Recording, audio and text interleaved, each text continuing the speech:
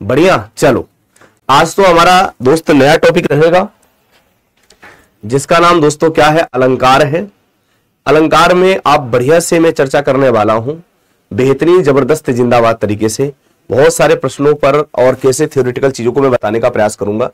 सबसे पहले क्या लिखा हो, अलंकार। देखो मेरे भाई मेरी बात समझो, अलंकार हम कहते किसे हैं?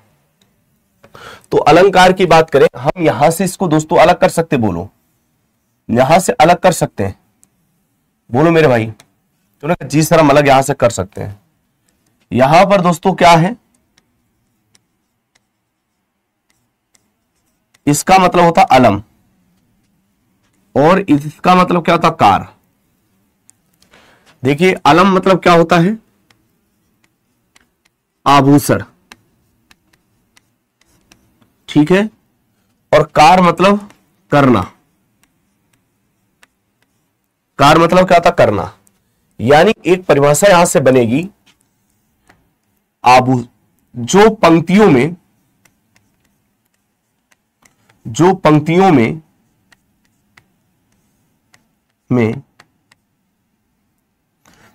में आभूषण का कार्य करने वाले को अलंकार कहते हैं। अलंकार कहते हैं। पर बच्चे वो हमसे कह रहा है कि जैसे कोई भी काव्य की पंक्ति है, उस पंक्तियों में किसका काम करे? साथियों जो पंक्तियों में आभूषण का काम करता है, किसका काम करता? आभूषण का काम करता है, उस करने वाले को कहते क्या दोस्तों? अलंकार कहते हैं। यानी आप यहां से बात समझ सकते हो, अलम मतलब क्या होता? आप कहेंगे गुरुजी आभूषण। कार मतलब साथियों क्या होता? करना। यानी किसी भी काव्य की पंक्तियों में जो आभूषण का काम करता है, जो किसका कार्य करता? आभूषण का कार्य करता है, उसे दोस्तों कहते क्या है? उसे कहते साथियों अलंकार। उसे क्या कहते? अलंकार कहते। एक तो परिभाषा आपकी ये बन सकती है, दूसरी साथियों परिभाषा आप क्या बना सकते हो? दूसरी परिभाषा ये बना सकते हो, काव्य की शोभा बढ़ाने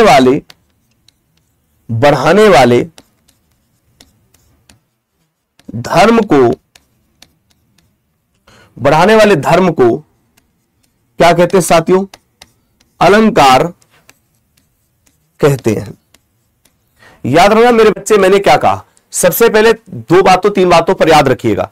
प्यारे बच्चे, अगर हम यहां से बात करते हैं अलंकार में, साथियों सभी को पता है कि कौन सा यहां से उपसर्ग आता? अलम आता है। प्यारे बच्चे यहां से आप देख पा रहे, यहां से क्या आता? कार आता है। तो अलम प्लस कार, याद रखना मेरे बच्चे, यहां पर क्या कह सकते हैं? सिंपल सी बात है कि अलम मतलब होता आभूषण, जो आभूषण का कार्य करता। किसका कार्य करता? आभूषण का। वो जो भी आभूषण का कार्य करता उसे साथियों कहते क्या? उसे अलंकार कहते हैं। तो यहां से परिभाषा क्या बन रही है? जो पंक्तियों में आभूषण का कार्य करने वाले धर्म को, या जो आभूषण का कार्य करता है, उसे साथियों कहते क्या है? उसे प्यारे बच्चे अलंकार कहते हैं। तो यहां से परिभाषा क्या बन रही है? परिभाषा दोस्तों ये बन रही, काव्य की शोभा। क्या बन रही बच्चे परिभाषा? काव्य की शोभा बढ़ाने वाले धर्म को ही बच्चे क्या कहते हैं? अलंकार कहते हैं। यहां तक आप सभी साथियों को एक बात समझ में आ गई। अब आते, जैसे काव्य की बात मैंने की थी, किसकी? काव्य। किसी काव्य में कितनी चीजों की आवश्यकता पड़ती है? आप कहोगे गुरुजी काव्य में साथियों तीन चीजों की आवश्यकता पड़ेगी। कितने चीजों की आवश्यकता पड़ती है? तीन चीजों की आवश्यकता पड़ती है। देखो जैसे जैसे काव्य में कितनी चीजों की आवश्यकता पड़ती साथियों, इस बात को ध्यान रखने का प्रयास करना। हमें तीन चीजों की आवश्यकता पड़ती है। किसकी किसकी साथियों? यहां पर देख सकते हो। जैसे प्यारे बच्चे सबसे पहले आप यहां से मैं जो पढ़ा रहा हूं अलंकार, ध्यान दीजिएगा अलंकार, ठीक है। दूसरे नंबर पे जो साथियों मैं आपको क्या बता रहा हूं? रस। तीसरे नंबर पे बच्चे मैंने अभी इससे पहले क्या पढ़ाया था? छंद। इन तीनों चीजों की आवश्यकता पड़ती है काव्य में। इन तीनों चीजों की बच्चे क्या पड़ती है? आवश्यकता पड़ती है। मेरी बात समझना, सिंपल सी बात है। अगर हम यहां से दोस्तों ध्यान देने का प्रयास कर रहे हैं, अलंकार क्या होता है? अलंकार की अगर बात करें, यह काव्य का वहां पक्ष होता है। यह काव्य का वहां पक्ष होता है। कैसा पक्ष होता है? यह काव्य का वहां पक्ष होता है जो काव्य की पंक्तियों काव्य की पंक्तियों में क्या करती है? शोभा बढ़ाती है, शोभा बढ़ाता है। ध्यान ना, अगर अलंकार की बात करें, यह किसी भी काव्य का कैसा पक्ष होता है साथियों? ये काव्य का वह पक्ष होता है। मेरी बात समझना, मैंने सबसे पहले यहां से देखा, इससे हम चीजों को स्पष्ट करना चाह रहे हैं कि अलम प्लस कार, अलम मतलब होता आभूषण, कार मतलब होता करना, यानी किसी काव्य की पंक्ति में जो आभूषण का कार्य करता है उसे अलंकार कहते हैं। यहां से दोस्तों एक बात समझ में आ रही होगी, जो पंक्तियों में आभूषण का कार्य करने वाला होता है उसको भी हम एक तरीके से अलंकार कह सकते हैं। इसका एक परिभाषा और बन रही है, वो क्या बन रही है? काव्य की शोभा बढ़ाने वाले, काव्य की शोभा बढ़ाने वाले धर्म को भी क्या कहा जाता है? अलंकार कहते हैं। साथियों इसके बाद जैसे हमने यहां पर देखा, जो पंक्तियों में आभूषण का कार्य करने वाले को क्या कहते हैं? अलंकार कहते हैं। इतनी बात सभी साथियों को एकदम बिल्कुल इंपॉर्टेंट चीजें जो होती है वो क्लियर हो जाती हैं। फिर हम लोग यहां पर बात करते हैं कि जो काव्य है, काव्य के 3 पक्षों में बांटा जाता है। सबसे पहला पक्ष क्या है जिसको हम साथियों बोलते हैं अलंकार। अलंकार दोस्तों क्या है? अलंकार यह है कि यह काव्य की, याद ना मेरे दोस्तों क्या लिखा, यह काव्य का वह पक्ष होता है। कैसा पक्ष होता है? भाव पक्ष होता है, जो काव्य की पंक्तियों में शोभा बढ़ाने का काम करता है। किसका काम करता है? शोभा बढ़ाने का काम करता है। अब जैसे किसी भी काव्य में हमें किसी की भी शोभा देखनी है तो वो भाव पक्ष से दिखेगी, बाहर से ही तो दिखेगी। तो आपसे पूछा जाए कि काव्य का वह पक्ष क्या है, आप तुम कहेंगे बच्चे वह पक्ष जो होता है वो अलंकार होता है। साथियों इसका रस की बात करें, किसकी रस? रस कैसा है? ये काव्य का अंतरिम पक्ष है। काव्य का कैसा पक्ष है? काव्य का आंतरिक पक्ष है। ये दोस्तों काव्य का आंतरिक पक्ष है, काव्य का आंतरिक पक्ष है, जो काव्य में, काव्य को पढ़ने में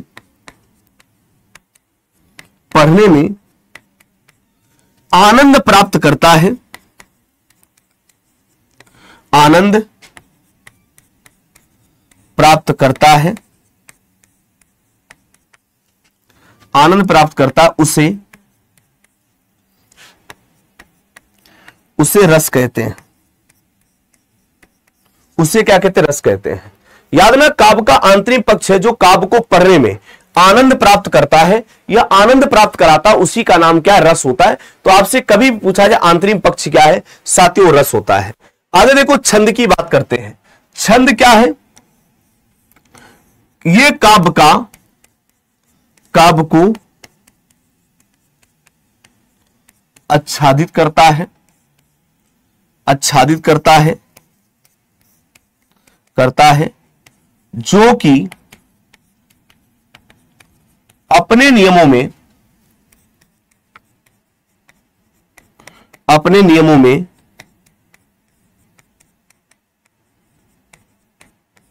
बांधता है।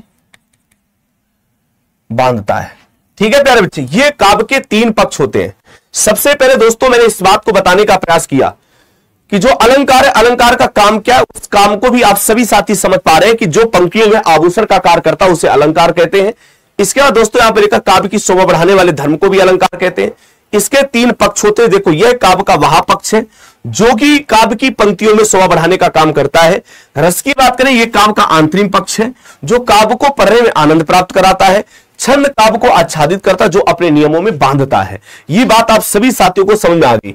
इसके बाद एक कवि आते हैं जिनका नाम बच्चे क्या है? केशवदास। मेरी बात समझना, जो अलंकार के रूप में इन्होंने अलग अलग क्या दिए? मत दिए। साथियों इन्होंने क्या किए? अलग अलग मत दिए। अलग अलग मत क्या दिए मेरे बच्चे? इस बात को समझने का प्रयास करना। जो एक हमारे साहित्यकार है जिन्होंने काव्य के उसमें अलग अलग मत दिए। देखो पहला मत क्या है, इन्होंने क्या कहा? केशवदास ने सीधे कहा भूषण विनुना विराजहि, भूषण विनुना विराजहि कविता बनिता भित। ये इन्होंने कहा केशवदास ने। प्रश्न पूछा जाता है कि भूषण बिना विराजहि कविता बनिता भित्त। ये पंक्ति किसने दी है बताओ दोस्तों, तो ये पंक्ति किसने दी है? आप कहें सर आप समझाइए, लेकिन नोट्स लिख दीजिए, क्या बोल रहा है सर? आप समझाइए लेकिन नोट लिख लेने दीजिए, फिर रिमूव कीजिए। बेटा रिमूव नहीं करते, इसकी पीडीएफ आ जाती है, पहले समझा करो। साथ साथ नोट्स बनाओगे, दोनों चीजें कैसे हो पाएंगी? समझना भी तो जरूरी है बच्चे, समझोगे नहीं तो कैसे काम हो पाएगा है? बताओ। यहां पर दोस्तों मेरी बात समझो, सिंपल सी बात। एक कवि हमारे केशवदास हैं, इन्होंने ये कहा भूषण बिन ना बिराज ही कविता बनिता भित्त। देखो भूषण का मतलब साथियों क्या होता है? भूषण का मतलब साथी आपको पता ही है आभूषण से है। भूषण से क्या मतलब है दोस्तों? ये आभूषण से, ठीक है। आभूषण के बिना, किसके बिना? आभूषण के बिना, ठीक है मेरे भाई, ना तो कविता अच्छी लगती है। क्या अच्छी लगती है दोस्तों? ना तो कविता अच्छी लगती है। वनिता मतलब दोस्तों इसका मतलब ना तो साथियों स्त्री अच्छी लगती है। क्या है? अच्छी लगती, स्त्री अच्छी लगती है। और भित्त मतलब दोस्तों इसका मतलब क्या होता है? ना तो दीवालें अच्छी लगती। क्या लगती? ना तो दीवालें। यहां पर यह कहा जा रहा है कि आभूषण के बिना, किसके बिना साथियों? आभूषण के बिना। किसके बिना दोस्तों? आभूषण के बिना ना तो कविता अच्छी लग रही है। क्या अच्छी लग रही है? ना तो कविता अच्छी लग रही है, ना तो स्त्री अच्छी लग रही है, और ना तो साथियों क्या लग रही है? दीवालें अच्छी लग रही हैं। याद रखो दोस्तों, आप सभी साथी देख पाते हैं कि आभूषण के बिना, मेरे बच्चे इस बात को ध्यान रखने का प्रयास करना साथियों, इस बात को आप याद रखिएगा, आभूषण के बिना, आभूषण के बिना ना तो कविता अच्छी लग रही है। क्या है? ना तो कविता अच्छी लग रही है, ना तो स्त्री अच्छी लगती है, और ना तो दीवालें। अब सभी साथी ये किसकी पंक्ति है? ये दोस्तों केशवदास की है। केशवदास ने ये कहा था कि आभूषण के बिना ना तो साथियों कविता अच्छी लगती है। तो ये पंक्ति किसकी आप बताओगे? केशवदास की है। तो प्यारे बच्चे आप इस बात को ध्यान रखने का प्रयास करना, भूषण बिन ना विराज ही कविता बनिता भित्त, यानी आभूषण के बिना ना तो कविता अच्छी लगती है, ना तो स्त्री अच्छी लगती, ना तो दीवालें। आभूषण में, कविता में आभूषण का काम कौन करता है? आपको गुरुजी, कविता में आभूषण का काम करता है अलंकार।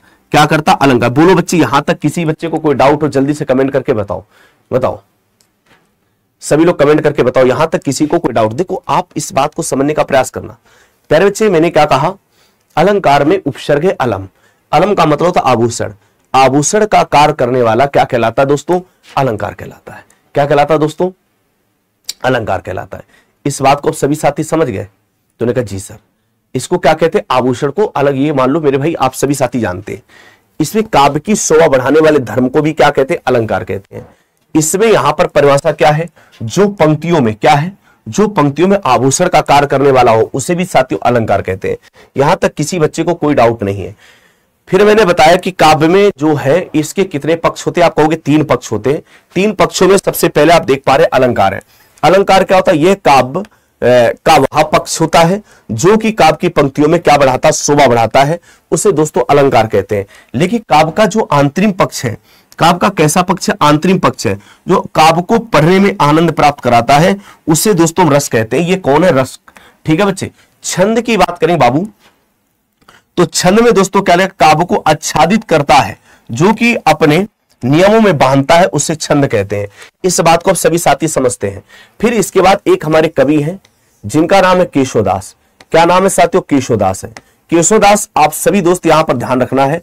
केशवदास की बात करें तो इन्होंने कहा भूषण बिन ना बिराज ही कविता बनिता भित्त। भूषण बिन ना बिराज ही कविता बनिता भित्त। यहां पर याद रखना दोस्तों, सिंपल सी बात, आभूषण के बिना ना तो कविता अच्छी लगती है, ना तो दोस्तों स्त्री अच्छी लगती है, और ना तो प्यारे बच्चे दीवालें अच्छी लगती हैं। किसके बिना? आभूषण के बिना। ये और आभूषण में कोई कार्य करता है तो प्यारे बच्चे वो अलंकार का कार्य करता है। मतलब आभूषण का काम अगर किसी कविता में कोई करता है तो साथियों अलंकार का करता है। इतनी बात आपको समझा दी। फिर इसमें एक कवि है आचार दंडी। आचार दंडी ने यह कहा, इनका भी एक कथन है, इन्होंने कहा कि जो काव्य में शोभा बढ़ाता है उस धर्म को बच्चे कहते क्या? उस धर्म को अलंकार कहते हैं। ये कहने वाले कवि कौन है? आचार दंडी। प्रश्न ये पूछे जाते हैं, जैसे पेपर बोल दिया जाए भूषण बिन ना बिराज ही कविता बनिता भित्त, ये कथन किसका है? तो आप सभी साथी जाकर क्या कहेंगे? ये कथन मेरे दोस्त केशवदास जी का है। ये कथन किसका है? केशवदास जी का है।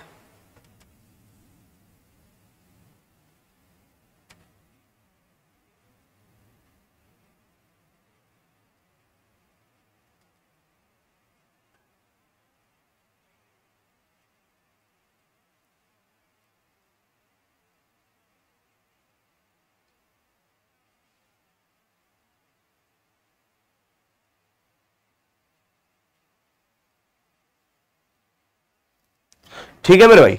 यहां पर देखो आचार दंडी, आचार दंडी ने क्या कहा कि किसी काव्य की, यहां पर आचार दंडी ने कहा किसी काव्य की,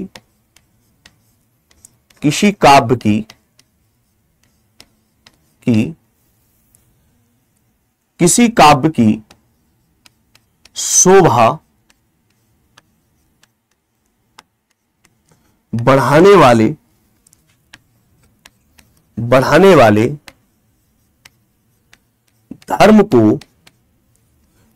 धर्म को अलंकार कहते हैं। किसी काव्य की शोभा बढ़ाने वाले धर्म को बच्चे क्या कहते हैं? अलंकार कहते हैं। ये कहने वाले कौन? आचार दंडी जी हैं। अगर आपसे प्रश्न पूछा जाए कि आचार दंडी का कथन क्या है, तो आप कहेंगे गुरुजी जो किसी काव्य की शोभा बढ़ाता है उसे दोस्तों कहते क्या? उसे अलंकार कहते हैं। ये कथन किसका? आचार दंडी का है। ये सब नोट करते रहिएगा, पेपर में प्रश्न पूछे जाते हैं, नहीं ध्यान रखना। अभी मैंने फिर आपको सारी कहानी में एक बार रिवाइज करा रहा हूं। सबसे पहले मेरी बात समझो, अलंकार का मतलब क्या होता है? अगर आपसे पूछे अलंकार में उपसर्ग क्या है, तो उपसर्ग बताओगे अलम, अलम प्लस कार, यानी कि जो आभूषण का कार्य करता है उसको भी अलंकार कह सकते हैं। लेकिन इसकी परिभाषा क्या होती है? काव्य की शोभा बढ़ाने वाले धर्म को भी बच्चे क्या कहते हैं? अलंकार कहते हैं। काव्य की शोभा बढ़ाने वाले धर्म को क्या कहते हैं साथियों? अलंकार कहते हैं। बाबू इसके बाद काव्य की कितने पक्ष होते हैं? तो आप कहोगे साथियों 3 पक्ष होते हैं। एक बच्चे आपका अलंकार है, एक रस है और एक छंद है। याद रखना मेरे दोस्त, अलंकार का काम क्या है? ये काव्य की बच्चे वहां पक्ष होता है जो अलंकार क्या करता है? काव्य में शोभा बढ़ाने का काम करता है। बाबू रस का काम क्या है? रस काव्य का आंतरिक पक्ष है जो काव्य को पढ़ने में आनंद प्राप्त कराता है, उसे साथियों रस कहते हैं। इसके बाद प्यारे बच्चे छंद की बात करें, काव्य को आच्छादित करता है जो कि अपने नियमों में बांधने का काम करता है, वो दोस्तों छंद है। इस बात को आप सभी साथी समझते हुए आगे बढ़ रहे हैं। इसमें फिर अलंकार में एक हमारे केशवदास मिल जाते हैं। इन्होंने सीधे कहा भूषण बिना विराजे ही कविता बनिता भित्त, यानी इन्होंने ये कहा कि भूषण मतलब आभूषण के बिना ना तो कविता अच्छी लगती है, ना तो दोस्तों स्त्री अच्छी लगती है, और प्यारे बच्चे ना तो दीवारें अच्छी लगती हैं। ये कहने वाले केशवदास हैं। फिर बच्चे यहां पर मिलते आचार दंडी, इन्होंने लिखा किसी काव्य की शोभा बढ़ाने वाले धर्म को अलंकार कहते हैं, और ये कहने वाले कौन है? आचार दंडी जी हैं। इसके बाद साथियों हम यहां से देखते हैं मेरे भाई आचार बामन, इन्होंने क्या कहा? इन्होंने कहा जब किसी वस्तु को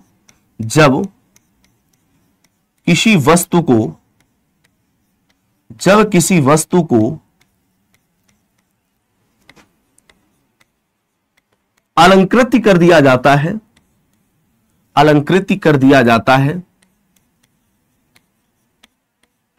अलंकृत कर दिया जाता है, अलंकृत कर दिया जाता है, तो उसे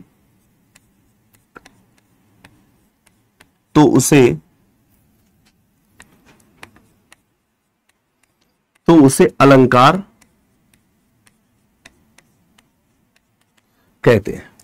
जब किसी वस्तु को क्या कर दिया जाता है मेरे दोस्त? एक बात याद रखना, जब किसी वस्तु को अलंकृत कर दिया जाता है, क्या कर दिया जाता है? किसी वस्तु को अलंकृत कर दिया जाता है, तो उसे बच्चे कहते क्या है? उसे साथियों अलंकार कहते हैं। यहां पर याद रखना आचार बामन क्या कह रहे हैं? आचार बामन ये कह रहे हैं कि जब किसी वस्तु को क्या करते हैं हम लोग? अलंकृत कर देते हैं। उसे भी अब जैसे प्रश्न पूछेगा पेपर, पता कैसे पूछेगा? जब किसी वस्तु को अलंकृत कर दिया जाता है उसे हम अलंकार कहते हैं। यह कथन किसका है? आप सभी साथियों बताओगे कि यह कथन है आचार बामन जी का है। साथियों किसका है? यह आचार बामन जी का है। इस बात को अब सभी साथी मेरे दोस्त आप समझने का प्रयास कर रहे हैं। अब हम आते हैं अलंकार के प्रकारों पर। अलंकार के सीधे सीधे प्रकारों पर चलते हैं। जानना इसके प्रकार कितने होते? 3 प्रकार होते हैं। कितने प्रकार होते? 3। पहले नंबर लिखा बच्चे जिसको बोलते हैं शब्दालंकार। क्या बोलते हैं? शब्दालंकार बोलते हैं। और मेरे भाई एक क्या लिखा हुआ? अर्थालंकार बोलते हैं। अर्थालंकार के साथ साथ साथियों और क्या दिया गया? उभयालंकार दिया गया। इसको कितने प्रकार से विभाजित करते हैं? 3 प्रकार से विभाजित करते। कौन कौन से? शब्दालंकार, अर्थालंकार और उभयालंकार।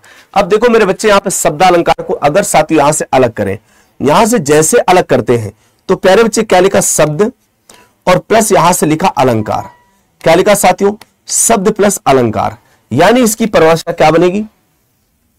परिभाषा साथियों ये बन जाती है, क्या बन जाती है? शब्द प्लस अलंकार। क्या परिभाषा बनेगी साथियों? परिभाषा ये बनेगी साथियों, मेरी बात समझना। मैंने कहा जब किसी काव्य की शोभा, जब किसी काव्य की शोभा, जब किसी काव्य की शोभा,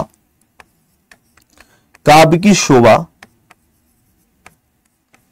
शब्दों से बढ़ाई जाती है, काव्य की शोभा शब्दों से बढ़ाई जाती है, शब्दों से बढ़ाई जाती है,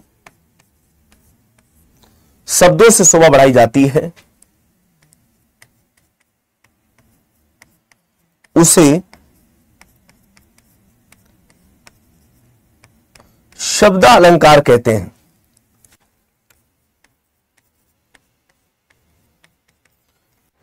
जब किसी काव्य की शोभा, याद रखना दोस्तों क्या लिखा है, जब किसी काव्य की शोभा, जब किसी काव्य की शोभा शब्दों से बढ़ाई जाती है, उसे दोस्तों कहते क्या, शब्द अलंकार कहते हैं। यानी शब्द अलंकार का मतलब क्या है, इस बात को ध्यान रखना। शब्द अलंकार का मतलब होता है कि जैसे कोई भी काव्य की पंक्ति है, उसे आपको अर्थ से मतलब नहीं है, उसमें क्या शब्दों से उसकी शोभा बढ़ाई जा रही होगी, उसको साथियों कहते क्या, शब्द अलंकार कहते। ध्यान रखना यहां पर प्यारे बच्चे शब्द अलंकार का मतलब क्या होता है। शब्द अलंकार का साथियों यही मतलब है कि जब भी किसी काव्य की शोभा आप किससे बढ़ा रहे हो, दोस्तों शब्दों से बढ़ा रहे हैं, उसे कहते क्या, शब्द अलंकार कहते हैं। जब भी किसी काव्य की शोभा आप किससे बढ़ा रहे हो, शब्दों से बढ़ा रहे हो, तो उसे कहते क्या है मेरे भाई, उसे साथियों कहते हैं लोग शब्द अलंकार। अब आते बच्चे अर्थालंकार पे। यहां पर अर्थालंकार में ध्यान दीजिएगा, इधर क्या लिखा हुआ, ये साथियों अर्थ लिखा है, बोलो। इधर दोस्तों क्या लिखा, अलंकार लिखा है। क्या लिखा साथियों, अलंकार लिखा है। यानी किसी भी काव्य की शोभा, क्या बात करेंगे, किसी काव्य की शोभा, किसी काव्य की शोभा, काव्य की शोभा, किसी काव्य की शोभा अर्थ से, अर्थ से बढ़ाई जाती है, बढ़ाई जाती है, उसे उसे अर्थालंकार कहते हैं।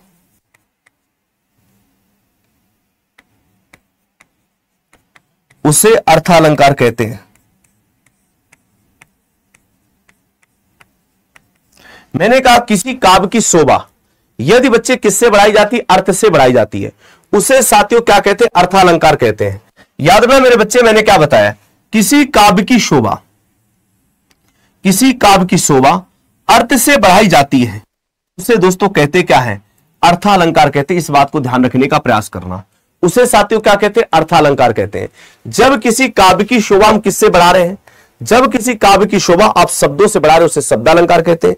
जब किसी काव्य की शोभा आप किससे बढ़ा रहे हैं, अब याद रखना अर्थ से बढ़ा रहे हो, उसे अर्थालंकार कहते हैं।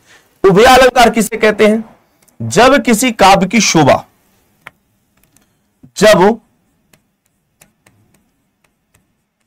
किसी काव्य की शोभा, काव्य की शोभा शब्द व अर्थ दोनों से बढ़ाई जाती है, शब्द व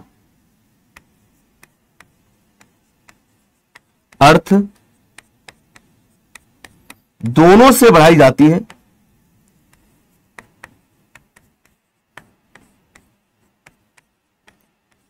बढ़ाई जाती है, उसे उभयालंकार कहते हैं।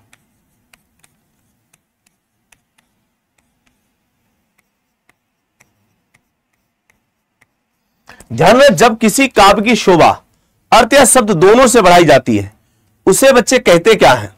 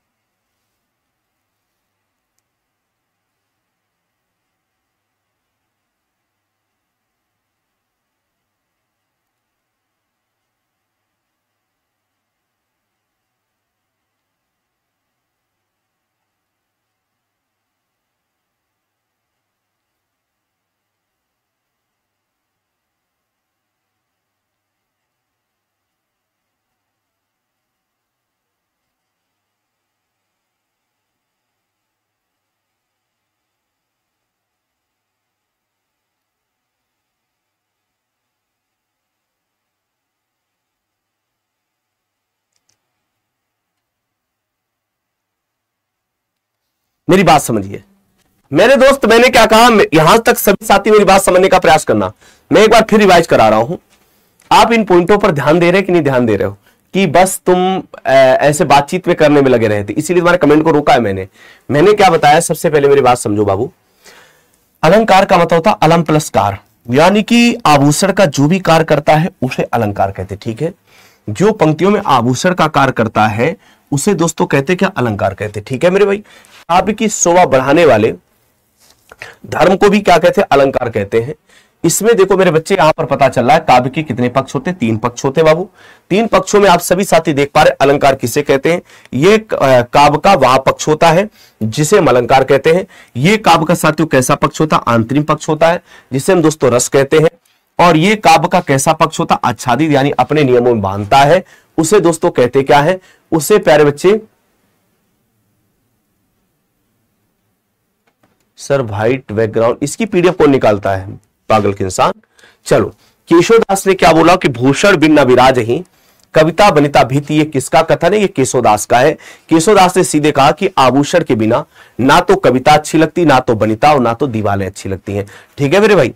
इसमें आपको पता है कि आचार दंडी किसी काव्य की शोभा बढ़ाने वाले धर्म को भी अलंकार कहते हैं, ये आचार दंडी ने कहा। और जब किसी वस्तु को अलंकृत कर दिया जाता है उसे भी अलंकार कहते, आचार्य बामन ने कहा। इसके बाद साथियों आप इस बात को ध्यान रखना, अलंकार के कितने प्रकार होते, 3 प्रकार होते, शब्दालंकार, अर्थालंकार और उभयालंकार। यहां पर याद रखो शब्दालंकार क्या है, जब किसी काव्य की शोभा बढ़ाने वाले शब्दों से बढ़ाई जाती है तो उसे शब्दालंकार कहते हैं। जब किसी काव्य की शोभा अर्थ से बढ़ाते अर्थालंकार कहते हैं, और जब किसी दोनों से बढ़ाते हैं उसे दोस्तों क्या कहते हैं, उभयालंकार कहते हैं। तो एक बार मैं कमेंट आपके ओपन कर रहा हूं, जरा बताओ यहां तक कोई भी ऐसी चीज है जो तुम्हें ना क्लियर हुई हो, यहां तक किसी भी बच्चे को किसी भी प्रकार की चीज क्लियर ना हुई तो बताओ दोस्तों, फिर आगे बढ़े।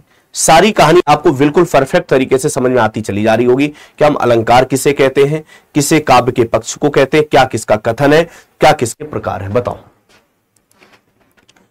आगे बढ़े, बोलो। यहां तक किसी बच्चे को किसी भी प्रकार की कोई भी प्रकार की समस्या हो तो उसे बताने का प्रयास करो।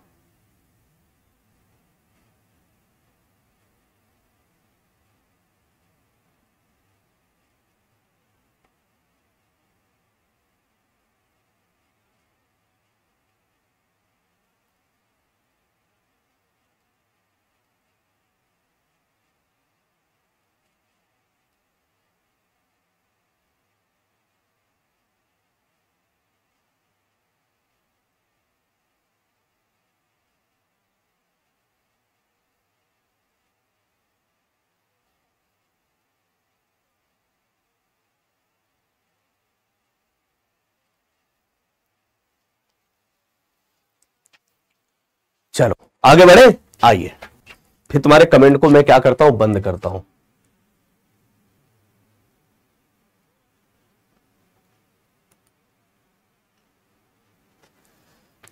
आइए आगे बढ़ते हैं साथियों। सबसे पहले मैं शब्दालंकार को तो मैंने बताया, अब शब्दालंकार में सबसे पहले देखो शब्दालंकार में हमें क्या क्या पढ़ना है साथियों, याद रखना। शब्दालंकार में ध्यान रखिए हमें क्या क्या पढ़ना है। शब्दालंकार में दोस्तों पहले नंबर तो हमें अनुप्रास पढ़ना है। क्या पढ़ना है, अनुप्रास अलंकार।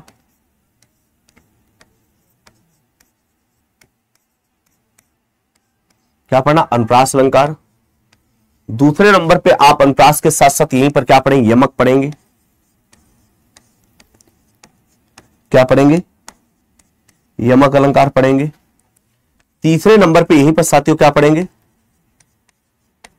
श्लेष अलंकार पढ़ेंगे। क्या पढ़ेंगे, श्लेष अलंकार पढ़ेंगे। चौथे नंबर पे दोस्तों यहीं पर वक्रोक्ति अलंकार पढ़ेंगे, वक्रोक्ति अलंकार पढ़ेंगे। यहीं पर दोस्तों आप क्या पढ़ेंगे साथियों, पांचवें नंबर पे जिसको बोलते विवक्षा, विवक्षा अलंकार पढ़ेंगे। क्या पढ़ेंगे, विवक्षा अलंकार। ये सभी के सभी साथियों क्या शब्दालंकार हैं, जहां पर हमें किससे मतलब है, ध्यान रखना इन सभी में हमें किससे मतलब है साथियों, आप कहोगे इन सभी में हमें शब्दों से मतलब है। किससे मतलब है दोस्तों, इनमें काव्य की शोभा किससे बढ़ाई जाएगी, शब्दों से। शब्दों से शोभा बढ़ाई जाएगी, किससे, शब्दों से शोभा क्या की जाएगी, बढ़ाई जाएगी। किससे दोस्तों? काव्य में शोभा शब्दों से बढ़ाई जाएगी। तो यहां पर हम एक एक पॉइंटों को आपको क्या करने का प्रयास कर रहे हैं। सबसे पहले अनुप्रास, यमक, श्लेष, वक्रोक्ति, विवक्षा, फिर इसके बाद हम लोग अर्थालंकार की तरफ बढ़ेंगे, जहां पर रूपक ये सब हम पढ़ने का प्रयास करेंगे। देखो सबसे पहले साथियों आपके सामने क्या दिया, अर्थालंकार थोड़ी ना पढ़ेंगे, सबसे पहले हम साथियों अनुप्रास अलंकार पढ़ेंगे।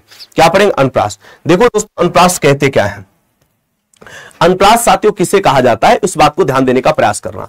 इसको अगर यहां से अलग करें, ध्यान रखना, इसको जब अलग करते अनुप्रस्प्राश, यानी कि आप ऐसे बता सकते जहां काव्य की, जहां वर्णों की, ध्यान रखना, जहां वर्णों की बार बार, जहां वर्णों की बार बार आवृत्ति होती है, वर्णों की बार बार आवृत्ति होती है, उसे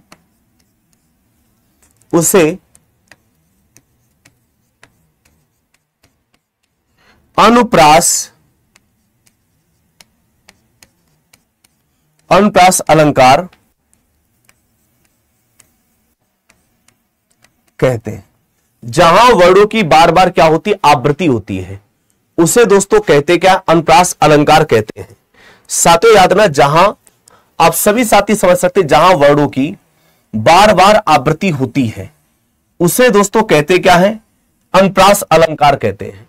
जैसे कोई भी काव्य की पंक्ति दी गई है, क्या दी गई? कोई भी काव्य की पंक्ति दी गई है, उसमें बच्चे क्या है? वर्णों की बार बार आवृत्ति हो रही हो। वर्णों की क्या? जैसे मान लो मैंने आपके सामने लिखा, देखो मैंने लिखा उदाहरण में, साथियों मैंने क्या लिखा उदाहरण में? उदाहरण लिखा मैंने लिखा रघुपति राघव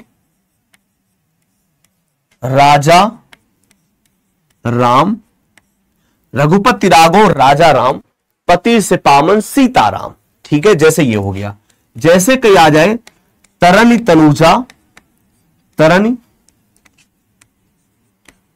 तनुजा,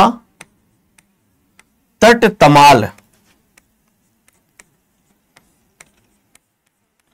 तरुवर बौछाए। ठीक है, जैसे बच्चे कहीं पर क्या आ जाए मेरे भाई, जैसे आपके तुलसी, मान लो मैंने लिखा यहां पर, आप सभी साथी समझ पा रहे कि नहीं समझ पा रहे हो? जैसे कानन कठिन भयंकर भारी, जैसे क्या आ जाए? कानन कठिन भयंकर भारी, ये जैसे, अब आपको पता है कि अनुप्रास अलंकार में क्या होता है, हमें दोस्तों शब्दों से मतलब नहीं होता है। यहां पर दोस्त जैसे क्या लिखा है? जहां वर्णों की बार बार आवृत्ति हो, किसकी? वर्णों की बार बार साथियों किसकी आवृत्ति हो रही? वर्णों की आवृत्ति हो रही है, उसे साथियों कहते क्या है? उसे दोस्तों अनुप्रास अलंकार कहते हैं। क्या कहते हैं? अनुप्रास अलंकार। इस बात को सभी लोग जानते हैं। जैसे लिखा रघुपति राघव राजा राम, पति से पावन सीताराम। यहां पर रघुपत में देखो बच्चे क्या रा दिया, बोलो, इसका मतलब यहां पर आवृत्ति किसकी हो रही? रा की हो रही, बोलो भाई। यहां पर राघव में बच्चे क्या दिया है? यहां पर भी रा दिया, रा की आवृत्ति हो रही कि नहीं हो रही, बोलो। इसी प्रकार से राजा में भी क्या दिया गया? आप कहोगे रा दिया, इसमें भी रा की आवृत्ति हो रही है। और राम में बच्चे हम क्या करेंगे? इसमें भी रा है, इसमें तो बच्चे यहां पर किसकी आवृत्ति हो रही बार बार? आप कहोगे रा वर्णों की बार बार आवृत्ति हो रही, किसकी? रा वर्णों की, किसकी बच्चे? रा वर्णों की। कैसी आवृत्ति हो रही दोस्तों? बार बार आवृत्ति हो रही है। जब बार बार आवृत्ति हो रही तो इसे किसके अंतर्गत लेकर जाएंगे? आप कहोगे गुरुजी इसे अनुप्रास के अंतर्गत लेके जाएंगे। ये भी बच्चे क्या होगा? जहां पर वर्णों की बार बार आवृत्ति हो रही है, उससे ही तो दोस्तों हम कहते हैं क्या? अनुप्रास अलंकार कहते हैं। अब जैसे लिखा तरन तनुजा तट तमाल तरवर बौछाए, इसमें देखो तरन में आपके सामने क्या दिया? ता दिया, बोलो बच्चे, ये क्या? ता है। इसी प्रकार से तनुजा में दोस्तों क्या? ये भी ता है, बोलो। साथियों तट में आपके सामने क्या दिया? ए भी ता दिया, बोलो। तमाल में बच्चे यहां पर भी क्या है? ता। आप इससे देखो तरवर में क्या है बच्चे? यहां पर ता है, ये बच्चे आप सभी लोग जानते हैं। तो जब भी कहीं पर वर्णों की आवृत्ति किसकी हो रही? ताता की वर्णों की आवृत्ति हो रही है, उसे भी दोस्तों कहते क्या है? जहां पर ता वर्णों की आवृत्ति हो रही, किसकी आवृत्ति हो रही? ता वर्णों की आवृत्ति हो रही है, उसे दोस्तों कहते क्या है? उसे प्यारे बच्चे अनुप्रास अलंकार कहते हैं। क्या कहते हैं साथियों? अनुप्रास अलंकार कहते हैं। कानन कठिन भयंकर भारी, अगर हम साथियों इस पर दिमाग लगाएं तो देखो बच्चे यहां पर क्या? का है, बोलो। ये साथियों का की आवृत्ति हो रही, इसमें कठिन में भी एक का दिया कि नहीं दिया, बोलो। भयंकर में बच्चे यहां पर क्या? भा है, बोलो भाई। भारी में साथियों यहां पर भी क्या दिया? भा दिया। अब वर्णों की बार बार आवृत्ति हुई कि नहीं हुई? जब वर्णों की बार बार आवृत्ति हुई तो इसे भी साथियों क्या कहते हैं? यहां पर दोस्तों इसे भी अनुप्रास अलंकार कर सकते हैं। क्या कर सकते हैं साथियों? अनुप्रास अलंकार। इसीलिए अनुप्रास की परिभाषा क्या बताएगी आपको? सिंपल सी बात है दोस्तों, यहां से देख सकते हैं, जहां वर्णों की बार बार आवृत्ति होती है, जहां वर्णों की क्या होती है मेरे दोस्त? बार बार आवृत्ति होती है, उसे साथियों कहते हैं क्या? अनुप्रास अलंकार कहते हैं। इस बात को सभी साथी बहुत ही अच्छी तरीके से चीजों को क्या कर पा रहे हैं? समझ पा रहे हैं। जहां पर वर्णों की बार बार क्या होती है? आवृत्ति होती है।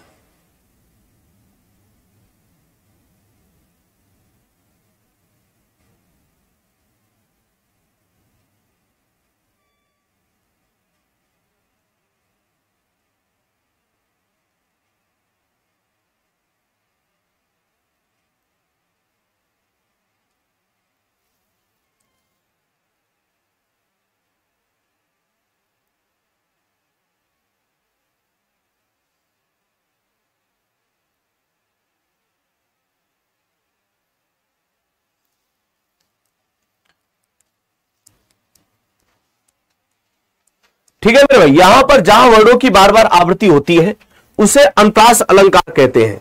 याद रखो दोस्तों, जैसे यहां पर आप सभी साथी देख पा रहे हैं, वर्णों की बार बार जो आवृत्ति कर रहे हो उसे दोस्तों अनुप्रास अलंकार कहते हैं। इतनी बात समझ गए? अब बात आती है अनुप्रास अलंकार के कितने प्रकार होते हैं। याद रखो, अनुप्रास अलंकार के प्रकारों की अगर हम बात कर रहे हैं तो इसके प्रकार साथियों 5 होते हैं। कितने प्रकार होते हैं? 5। पांचों प्रकारों में देखो, जैसे एक लिखा छेका अनुप्रास अलंकार, क्या लिखा? छेका अनुप्रास अलंकार। एक साथ वृत्तानुप्रास अलंकार लिखा, एक साथ श्रुत्यानुप्रास लिखा, एक लाटानुप्रास लिखा, एक बच्चे क्या अंत्यानुप्रास लिखा। तो आप इस बात को ध्यान रखना, यहां अनुप्रास अलंकार के कितने प्रकार होते हैं? याद रखो मेरे बच्चे 5 प्रकार होते हैं। कौन कौन से? सभी साथी इस बात को ध्यान रखने का प्रयास करना। जहां वर्णों की बार बार आवृत्ति होती है उसे अनुप्रास अलंकार कहते हैं। जैसे बच्चे आप देख सकते हैं, रघुपत राघव राजा राम, तरन तनुजा तट तमाल तरवर बहुछाए, कानन कठिन भयंकर वारी। यहां पर वर्णों की बार बार आवृत्ति हो रही है। क्या हो रही? वर्णों की बार बार आवृत्ति हो रही है। साथियों यहां तक बच्चे मेरे हिसाब से किसी भी साथी को किसी भी प्रकार की यहां तक समस्या नहीं होनी चाहिए। बढ़िया तरीके से हम एक एक पॉइंटों को क्या करते जा रहे हैं? इंगित करते हुए आगे बढ़ रहे हैं, जहां पर हम बढ़िया से उत्तर को क्या कर सकते? सही कर सकते हैं। अब हमने कहा कि इसके कितने प्रकार होते? 5 प्रकार होते। पांचों प्रकारों को हम एक एक को क्या करना शुरू करें? पढ़ाना शुरू कर रहे हैं। देखो, सबसे पहले लिखा छेका अनुप्रास अलंकार क्या होता? ध्यान दो। सबसे पहले बच्चे क्या दिया? छेका अनुप्रास। थोड़ा सा ध्यान दो, अब मेरी बात समझो। छेका अनुप्रास कहते किसे हैं? छेका का मतलब होता है जहां काव्य की पंक्ति में, ध्यान देना, जहां काव्य की पंक्ति में, जहां काव्य की पंक्ति में, काव्य की पंक्ति में क्रम से, जहां काव्य की पंक्ति में क्रम से एक बार वर्णों की, एक बार क्रम से एक बार वर्णों की आवृत्ति होती है, क्रम से एक बार आवृत्ति होती है, उसे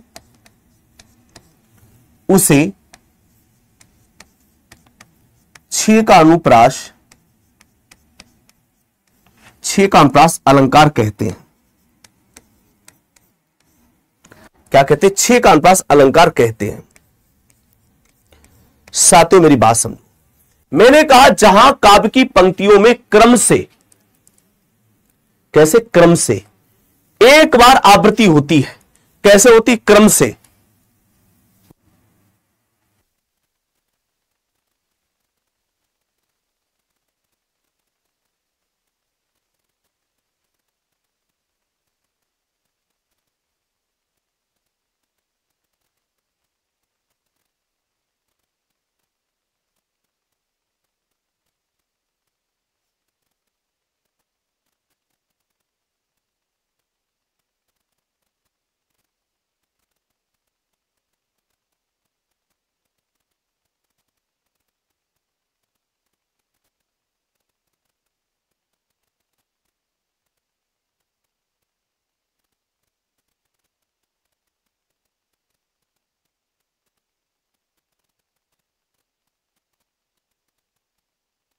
जैसे बच्चे मैंने क्या कहा, जहां काव्य की पंक्ति में क्रम से एक बार आवृत्ति होती, कैसे होती है, एक बार आवृत्ति होती है, उसे बच्चे क्या कहते हैं, छह का अनुप्रास अलंकार कहते हैं, उसे क्या कहते हैं, छह का अनुप्रास। अब जैसे कोई भी काव्य की पंक्ति दी, मेरी बात समझना, क्या दी, कोई भी काव्य की पंक्ति दी है, मान लो मैंने ये लिखा, कानन कठिने कठिने भयंकर भारी, कानन कठिने भयंकर भारी। अब देखो मेरे बच्चे, इसमें साथियों आप इस बात को ध्यान रखिएगा, कानन कठिन में ये का दिया बोलो, साथियों यहां पर दोस्तों ये क्या लिखा, का लिखा है, क्रम से एक बार आवृत्ति हो रही, बोलो यहां पर लिखा, जब काव्य की पंक्ति में क्रम से एक बार आवृत्ति होती है तो बच्चे उसे क्या कहते हैं, छह का अनुप्रास अलंकार कहते हैं। इसी प्रकार से दोस्तों जैसे लिखा, भयंकर मतलब यहां देखो भा है जी, भारी में बच्चे क्या, ये भी भा है, साथियों क्रम से एक बार आवृत्ति हो रही है, यानी जब भी मेरे दोस्त कहीं पर यह कहता है क्रम से एक बार आवृत्ति हो रही है, तो मेरे मित्र यानी कि लगातार दो बार वर्णों की आवृत्ति होनी चाहिए। ये बच्चे क्या बनेगा जाके, ये साथियों बनेगा छह का अनुप्रास अलंकार। क्या बनेगा, छह का अनुप्रास अलंकार बनेगा। अगर विकल्प में छह का अनुप्रास अलंकार नहीं दिया है तो इसे अनुप्रास अलंकार भी कर सकते हैं। क्या कर सकते हैं, अनुप्रास अलंकार कर सकते। दोस्तों इस बात को ध्यान रखना, क्या कर सकते हैं, अनुप्रास अलंकार कह सकते हैं। अब जैसे मान लो मैंने क्या लिखा, सिंपल सा एक प्रश्न दिया, मैंने कोई भी ऐसा वाक्य दिया जिसमें लगातार क्रम से दो बार आवृत्ति हो जाए, कोई भी पंक्ति ले आओ, क्या ले आओ, कोई भी पंक्ति ले आओ। जैसे मैंने कहा, मधुवाली मधुवाली मूर्ति ने, मधुवाली मूर्त ने दिल को दुखी बना डाला। देखो, मधुवाली मूर्ति ने दिल को दुखी बना डाला। अब जैसे प्यारे बच्चे यहां पर देखो, सिंपल सी बात दोस्तों, ये क्या, मधुवाली में मा दिया, बोलो क्या दिया, मा दिया साथियों। इसमें मूर्ति में भी क्या दिया, मा दिया, बोलो। इसकी आवृत्ति कैसे हो रही, क्रम से एक बार, क्रम से एक बार। तो प्यारे बच्चे उससे कहते क्या है, छह का अनुप्रास। जैसे मैंने कहीं पर दे दिया, Mohit Mohini dot dot dot dot, कुछ भी पंक्ति में आ जाए, मेरी बात समझो, क्रम से एक बार आवृत्ति होनी चाहिए। कैसे होनी चाहिए, एक बार क्रम से। अब दोस्तों यहां पर देखो, मोहिनी यहां पर मां है, बोलो इधर भी मां है। अगर हम यहां पर देखें, ये मां है, यहां पर भी साथियों मां है, ये क्रम से एक बार आवृत्ति हो रही, तो ये भी छह का अनुप्रास अलंकार हो जाएगा। यदि बच्चे छह का नहीं है तो इसी को हम क्या कर सकते, आप जानते हो ये अनुप्रास का प्रकार है, तो फिर अनुप्रास अलंकार भी तो कर दोगे। लेकिन अनुप्रास से पहले आपको उसको क्या करना पड़ेगा, उसको छह का ही तो करना पड़ेगा। बोलो पहले क्या करना पड़ेगा, छह का ही तो करना पड़ेगा भाई। अगर छह का नहीं तभी तो अनुप्रास करोगे जाके। बोलो यहां तक किसी बच्चे को कोई डाउट हो, बताओ। मैंने सिंपल सी बताई बात कि अनुप्रास अलंकार बच्चे क्या होता है, अनुप्रास अलंकार होता है जहां वर्णों की बार बार आवृत्ति हो रही हो, उसे साथियों अनुप्रास अलंकार कहते हैं। क्या कहते हैं, अनुप्रास अलंकार कहते हैं। इसके कितने प्रकार होते हैं, पांच। देखो, 1 2 3 4 5, कितने हो गए, 5। पांचों में सबसे पहले क्या बताया, छह का अनुप्रास अलंकार में देखो, जहां किसी काव्य की पंक्ति को क्रम से एक बार, कैसे क्रम से एक बार आवृत्ति होती है, तो उसे कहते क्या, छह का अनुप्रास अलंकार कहते हैं। साथियों उसे क्या कहते हैं, छह का अनुप्रास अलंकार कहते हैं। जैसे कोई भी पंक्ति दी तो उसको हम क्रम से एक बार आवृत्ति करा रहे हैं, वो छह का अनुप्रास। मजा आया। चलिए शेष बातें दोस्तों कल हम करेंगे। कल बहुत अच्छी तरीके से पूरे अलंकार में छह का अनुप्रास हो चाहे कोई भी अलंकार हो, आप इस बात को ध्यान रखिएगा, छह का हो चाहे आपका अनुप्रास हो, यमक हो, सब बढ़िया से अलंकार को पढ़ेंगे। आज थोड़ा मैं डिस्टर्ब हूं, आप चेहरे से मेरे देख रहे होगे, है ना, थोड़ी किसी बातों को लेकर, तभी फिर भी मैंने आपको मन से पढ़ाया, अच्छी तरीके से चीजों को सिखाने के भी प्रयास किया मेरे भाई। क्या किया, चीजों को सिखाने का प्रयास किया साथियों, ठीक है। क्या किया है, अच्छी तरीके से चीजों को सिखाने का प्रयास किया है। चलिए फिर आपसे विदा लेता हूं। आज एक काम कर देना, मोहित सर कॉमेडी वाले चैनल को 2000 प्लस कर देना, है ना, क्लास के बाद, अगर मोहित सर से थोड़ा भी प्यार होगा। अभी मैं जैसे क्लास से बाहर निकलूं, रोज मेरी बात नहीं मानता, लेकिन आज स्पेशली मैं कह रहा हूं, ठीक है, मैं देखता हूं क्लास के बाद आप कितना पहुंचाते हो। थैंक यू, धन्यवाद, जय।